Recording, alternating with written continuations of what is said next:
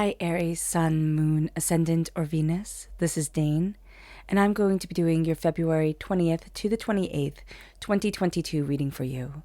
Now I ask if this reading resonates with you. Don't forget to like, comment, and subscribe. If you're interested in any of the cards that I'm using, they will be listed and linked in the description box below. Now before we begin the reading, let us clear the energy space, raising our own energy vibration and releasing any negativity. So take a nice deep breath in, exhaling whenever it feels comfortable for you.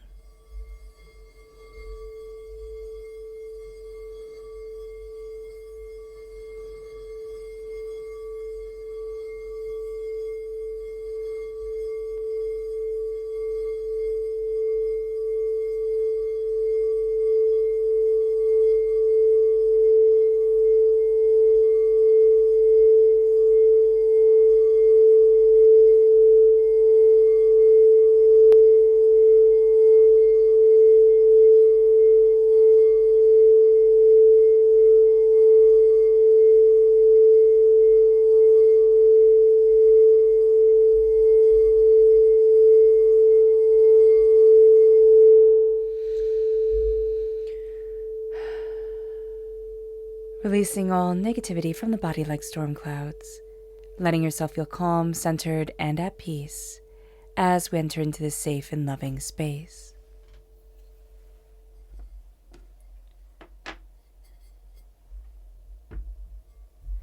Let's see what the tarot has to say. Aries, February 20th to the 28th, 2022, Aries. Angels and spirit guides, show me clearly.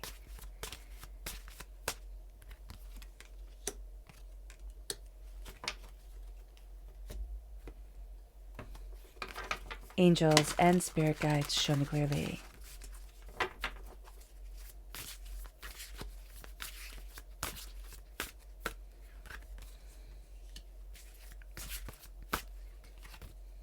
Oh, goodness. Turn that over. There we go.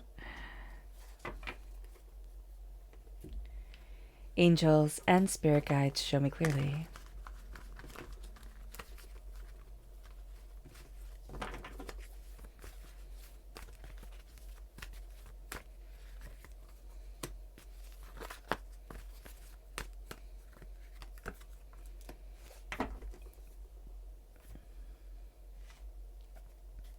Angels and spirit guides, show me clearly.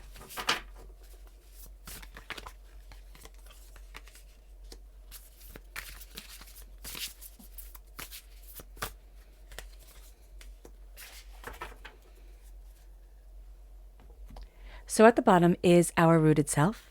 The left-hand side is our inner self. The top is our emotional self.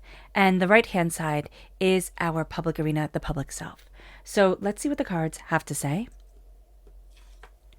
We have the Emperor, Aries, which is us, and we have the Lovers, which is Gemini energy. That really does fall in alignment with the astrological aspects of this time with the Lovers. There's a lot to do about love and the heart and passion and really the sensuality of our beings. So that's going to be really important for us during this time. And also just embracing, the very essence of ourselves. It's going to be quite nice. Now let's look at our emotional self, our inner self. We have the Six of Cups and we have the Devil. The Six of Cups is something from the past and it's coming up and it's kind of holding us back. It can be past hurts, pains, and disappointments that are holding us back, or I thought my life should be going like this and now it's going like this. That type of thing is going to come up and it's going to cause us some level of discomfort or really seeing agita here. Like it makes our stomachs upset. We feel like, oh my goodness, am I doing the right thing? It can make us nervous. But there's this real sense of, am I moving forward in the direction that I want to be moving in? And that's why we really need to check in with ourselves, who we are, what we want, what's important to us, what we love, but also the essence of our being, which sounds kind of maybe even hocus pocusy to say, check in with the essence of you, but it's not. It's like, does this feel right for you? Is this something where you're sitting there and saying, no, it just needs to change? Like this isn't the way that I want to be progressing forward. So that's going to be very important to look at. Then we have the Ace of Wands, God, Source, Spirit, however you see the divine, the universe, handing us a gift of passion, of creativity, which is just for us because we are represented by the Emperor in the major arcana, but by the Wands in the minor arcana. So this is a gift from the heart and for the heart, just for us. It leads us to the Ten of Cups, and they all live happily ever after. Then we have the Two of Cups.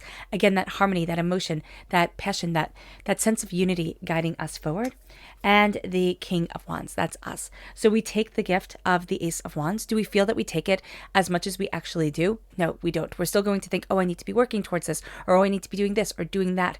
And that's not necessarily going to be the case. There's going to be a sense of emotionally, I have understood something about me, about what I intrinsically need. I am taking that, but because they're not of the same deck, we kind of feel a disjointment here that we're going to need to recognize and acknowledge just for ourselves. So let's look at the energy we need to be mindful of during this time. Angels and spirit guides, show me clearly. And that's the moon. This is energy of fear, doubt, kind of an energy of even chaos coming forward. The moon shows us our fears. And there's a sense of, okay, do I walk down the road of fear? Do I let fear become the kind of defining factor in my life and for myself? Or do I look at what I want and what I need and look at my fears and kind of make them into the warriors that stand beside me, the kind of things that I have conquered within my life to say, this monster doesn't rule me. This isn't what I'm hiding from anymore. This is the fear that I have conquered. I just see the fear being like the monsters standing in the darkness, kind of like, looming over us. And then there's a sense of, as we conquer it, they become like the guardians on our team, really protecting us. It's kind of like, if I can conquer this, I can move forward in such power for myself and what I desire. We're looking at the chaos of our hearts. We're looking at what makes us afraid, what makes us overwhelmed. This is Pisces energy. So we can find that we have a hard time connecting with our dreams during this time at times, or we're taking our dreams just a little bit too seriously, which doesn't mean that we give up on our dreams. It means that we step back and we stop putting the weight of the world upon our shoulders. So that's going to be really important. Now let's look at our chakra energy. Angels and spirit guides, show me clearly. Oh, goodness. There we go. And this is communication, the throat chakra. It's so important to communicate with ourselves what we want, but also to listen to the world around us, to listen to what we're connecting with the people that we're talking to. There's so much need in our world, and there always has been, to talk, to be heard. And now that everybody has a voice and also anonymity because of the internet, we can feel like we're not really communicating the way that we need. And so we're going to need to kind of step out of maybe even the electronical world for a little bit and step into our present moment, what we desire, who it is that we want. I've been putting myself through a challenge, which I have just started because I tend to watch way too much YouTube. It's like, okay, you can watch like 2-3 videos a day or something to that effect. But just to get my viewing down, just to get it so that I'm more present in the world, because you could be sitting at the kitchen table and instead of talking with everybody around you, you're scrolling through your phone, or you're kind of tuning out. And so to be tuning back in, that's really, really, really important. And it makes us feel more connected, more unified, and it brings beautiful moments forward that we just wouldn't have if we're all kind of zoned out in our own worlds. So let's look at the astrological aspects for this time. There isn't really a lot going on. On the 23rd of February, we have Mars sextile Neptune. Now, this is important because, of course, we are ruled by Mars. Mars is the god of war in Roman mythology. Aries, the god of war in Greek mythology. And, of course, the Romans just came in and kind of tweaked the things from the Greeks and said, okay, it's good enough. And so with Mars sextile Neptune, we also have what we're warring for, connecting with our dreams and what we desire. This day is where we find that there's a certain something in the air. We're more charismatic, we're more drawn to our passionate side, what it is that we desire. We're also going to find that we're more idealistic and spiritually minded. This makes us it makes it very important for us to search out the meaning of things and search out the meaning for things. And we're going to find that there is this bit of it's not aggression. That's not the right word for it. But it's like, there's this bit of, I just see it as like the gears kind of missing a step, kind of like not turning as smoothly as they should be as we're moving towards what we dream, what we desire, what we want. It's kind of like almost we feel like we have to fight for it, or we have to fight, to be able. And Spirit is saying, step back and step into peace. And because as we step back and we start to step into the peace of our being, yes, it can be, jostled by what other people say, and everybody's allowed their opinions, but, a lot of times people should just kind of keep them to themselves, right? And let us be able to embrace our world, embrace who we are, embrace what we want, if we're not hurting anybody, if we're living in kindness. So there's going to be this sense of, yes, there's this charisma, there's this certain something in the air, there's this sensuality to our being and our desire, but there's also this little bit of blockage that is coming forward where it's like, okay, how do I center myself in a spiritual mind to really embrace the meaning of things, what I desire, what I want, what I need for myself? Now, the 24th of February, it's so funny because from the 20th to the 28th, we have like nothing happening, but on the 24th of February, everything happens. So we have Venus sextile Neptune. Now this is another day when passion and sensuality are going to be a guiding force for us. And it's not only just talking about in a romantic sense. It's like, what is our passion? What do we desire? So that's very much coming forward on the 23rd. And it's following into the 24th. There's a charm to us, and it makes us more... It makes it more likely that we get what we want. It makes it more likely that we are, able to really connect with what it is that we desire within our world. Just remember that this charm is written in the planetary alignment. So everybody has it. Everybody's just a little bit charming today. Everybody just has a little bit of a extra kind of like glitz or glam to them when they're connecting, when they're looking at things, when they're seeing it. So this day we need to not only feel that we're charismatic, right? But we also need to bring love and caring into the situation, because that will set us apart. A lot of people are going to see this day and be like, oh, great, I can get what I want. But it's going to be a day of, if we care, if we connect, then that's going to be how we really move forward. Also on the 24th of February, we have Mercury squared Uranus. Now this alignment is absolutely,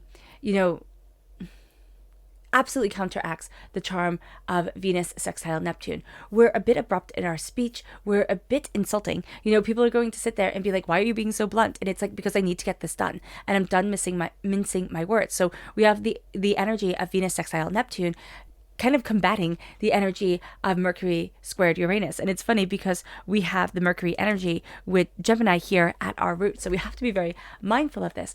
But again, everybody's going to be a bit abrupt, a bit insulting to get what they want, to get their point across, because people aren't looking at the connection, the human connection. We're just kind of looking at the facts. So be mindful of our words, be mindful of getting angry when other people are communicating with us, because it's going to be a bit frustrating.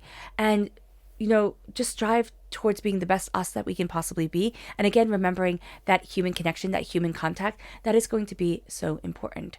The 24th of February also brings Mercury sextile Chiron. Now, this is a harmonizing aspect that has us able to heal wounds and pains for ourselves and for others. But we have to be very mindful not to use this day just as... It's almost like we're going to be so caring and giving, and then Mercury squared Uranus comes in and we just get a bit abrupt. We just get a bit fed up. It's like, okay, we take it all to a certain point, and then it's like, okay, I'm done with this. But there is going to be a need here to say, I am moving forward in the most caring light possible, and just kind of like setting that intention for the day, connecting again with our hearts when we get frustrated, when we get overwhelmed. That's going to be really important to us. We have the very essence of ourselves coming forward at our root with the Emperor. We are this power. We are this connection. We are claiming our throne and knowing what we desire. Aries, people say Aries is pushy. Yes, because we know what we want. We know how we want to move forward in our lives, and we're going to go after it, period, end of discussion. And sometimes it's a mistake, but we learn that mistake, and we learn from hands-on doing, and that's very important for us. There's a sense here of, I'm claiming my throne because I'm not listening. I'm not listening. That's the wrong way of putting it. I am not subject to other people's whims for my whole entire life.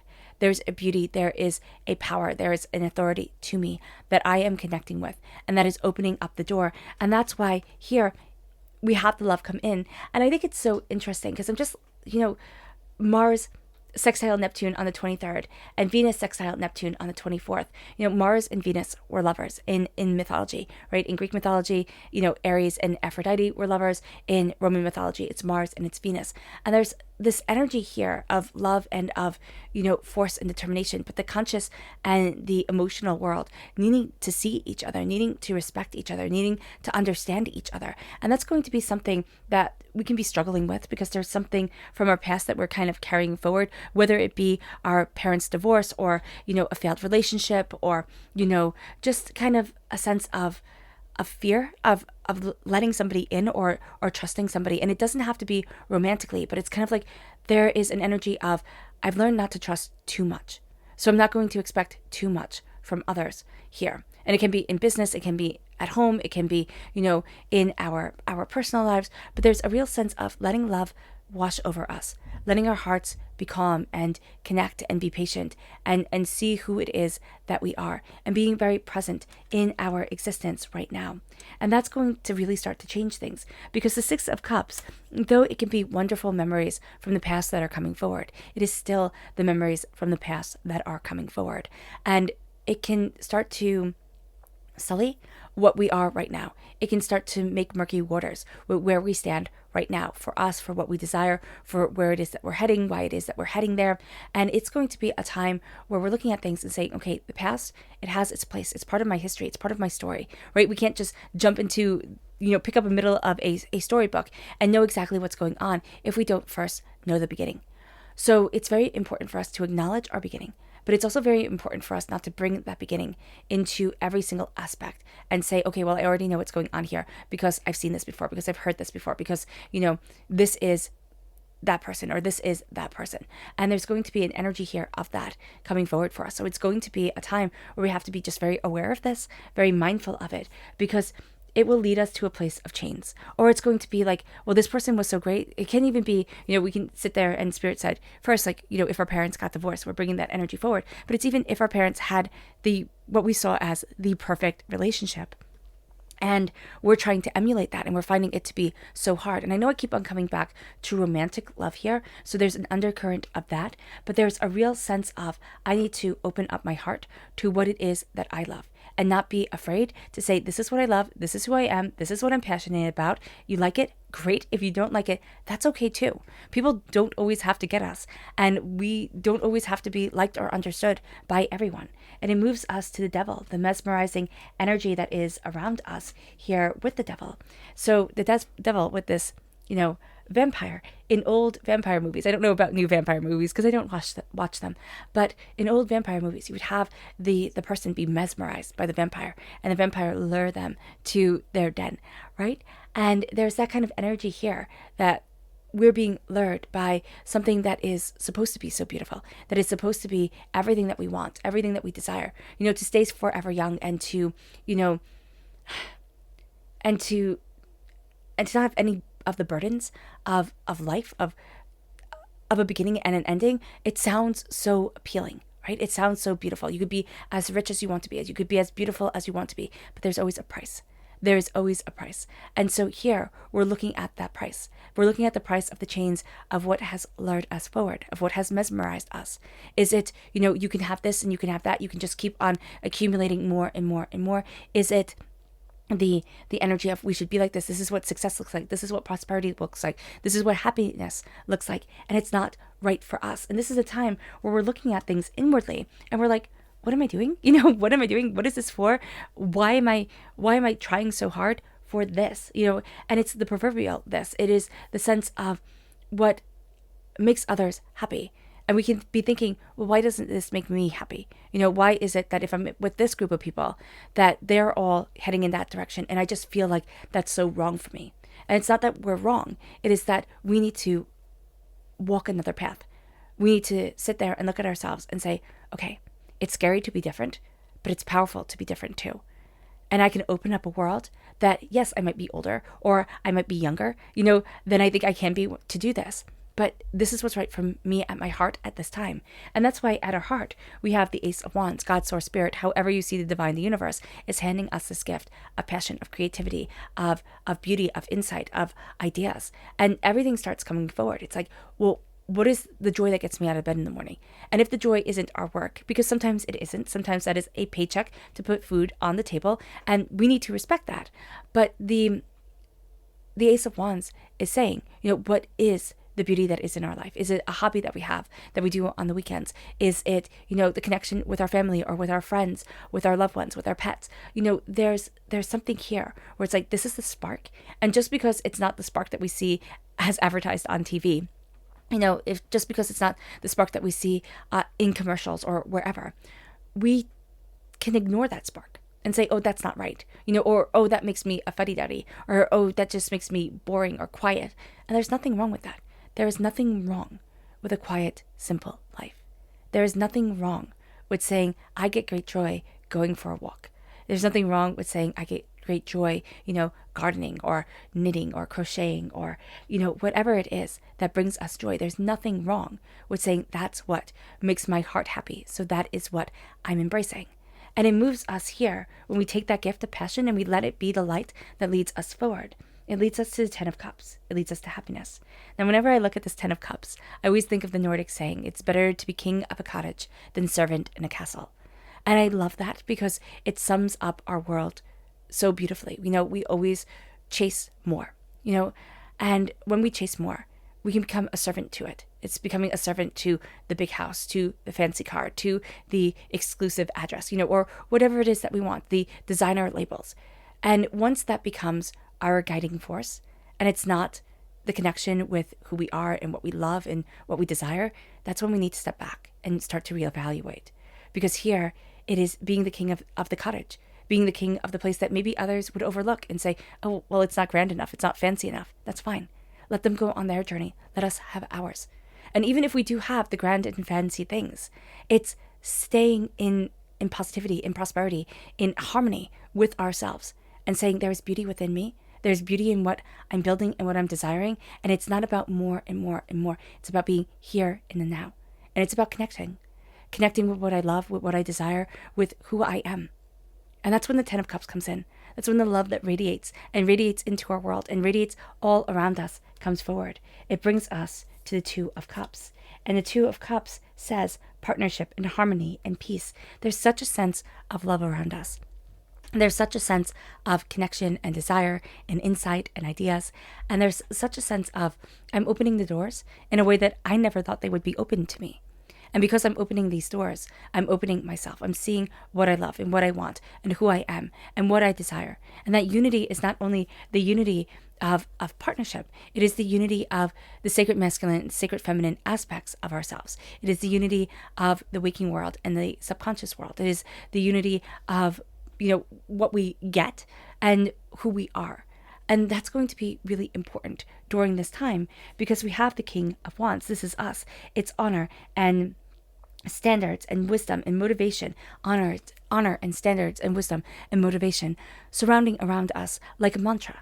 We have the bird on our shoulder, the echo of what we need and what we want. In the Rider-Waite-Smith deck, there is the salamander on the ground.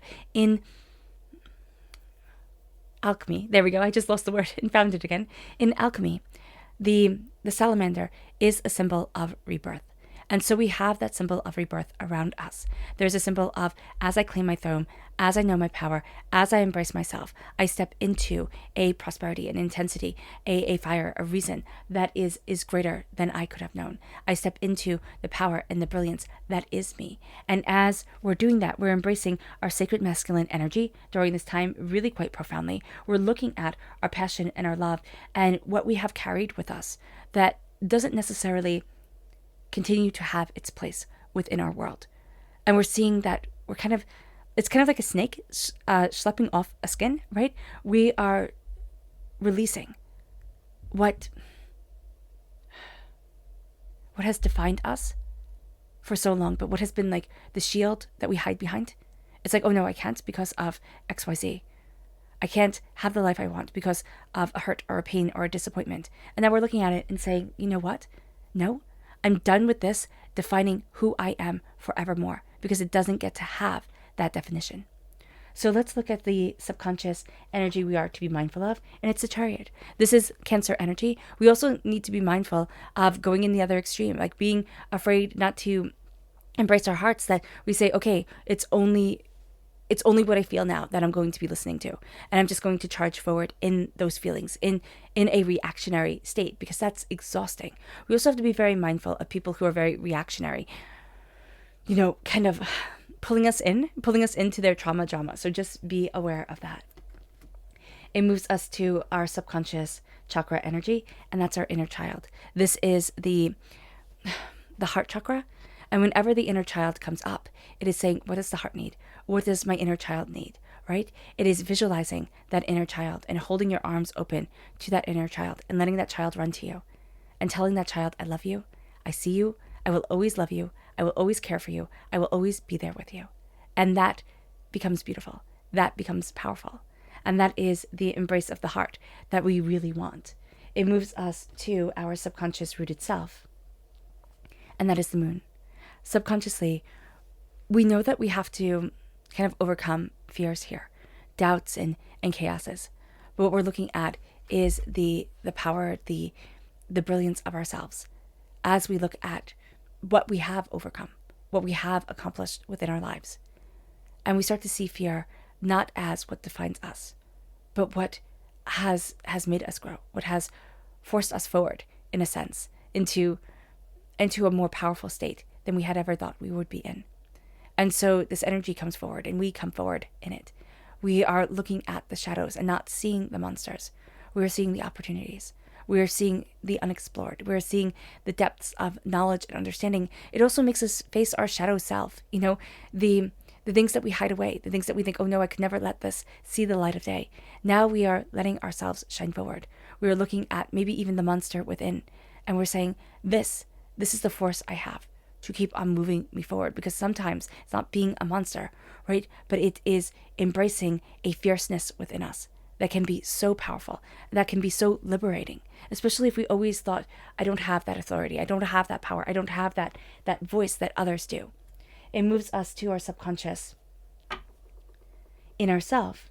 And this is the 6 of Wands. It's success. Subconsciously, we are successful. We have the repeat of the number 6. We're also nourished and cared for and connected during this time.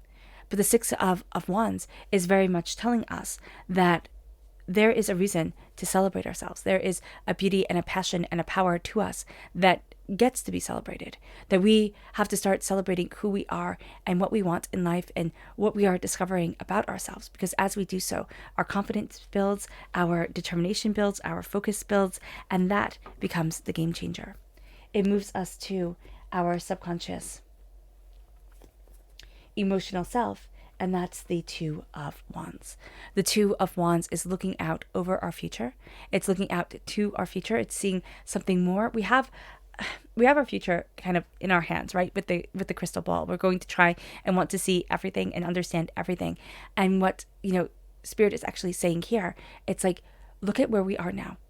Look at the goal that we have for the future. Do not let that be the only thing that we see. Let it be kind of like a bullet point of the goals that we start working for in the present. But as we embrace our now, as we embrace our present, as we embrace what we desire for our lives and from our lives, we start to change the game, because we're opening up doors that we thought were shut. We're opening up opportunities that we might have not realized, could be ours. It brings us to our subconscious energy. What is it? Public arena energy. And that's the 4 of Pentacles. Here, it is security, stability, saving, foundation, money. And it is building that foundation, right? But we also have to be very mindful, because the 4 of Pentacles is also, for me, the vampiric energy card. The energy of, I have to hold on to what I have because I'm constantly being drained. It is constantly overwhelming. Now, we might have some sort of chronic pain that we're dealing with that drains us, that makes us, hold on to things because we feel so exhausted. We feel so overwhelmed. So I would highly recommend for those who have that, a elimination diet, especially right now, looking at eliminating tannins. I've done that, and it's been life-changing. It's been so amazing. I'm kind of skeptical at how amazing it's been so far. So give that a try. It's eliminating a lot, but just give that a try, okay? Because it really is something that is powerful. With also the 4 of Pentacles, look at what we think, okay, this is what I have to protect within my life. This is where I've had my lack. And so this is where I'm going to start, really hold on to things, or really, define myself in this way or that way from hurts and pains and disappointments. Because what we want to be able to do is say, I have a steady foundation for which to build off of. I am saving towards my prosperity, towards my wealth. I make my money work for me. If we get to the point, or as we get to the point where we have a savings, where we have, stability, where we have a firm foundation within our lives, that's going to be a very powerful thing for us. And that's going to be a very prosperous thing for us. But we have to be mindful of the vampiric energy, of the energy that is just draining us and overwhelming us. So very, very, very important here. Now, okay, yes. Now, Aries, I hope this reading has resonated with you. I wish you nothing but light, love, peace, and happiness. May harmony always be with you. I'm sending loving, healing energy to each and every one of you. I love you all, and stay safe. So let's end this reading with a meditation, a clearing away of negative energy, a raising of our positive energy as we embrace the power, the intensity, and the brilliance that is us, and really see that brilliance, embracing it with a harmonizing factor of what we love and what we desire and how we're moving forward in our lives. So take a nice deep breath in, exhaling whenever it feels comfortable for you.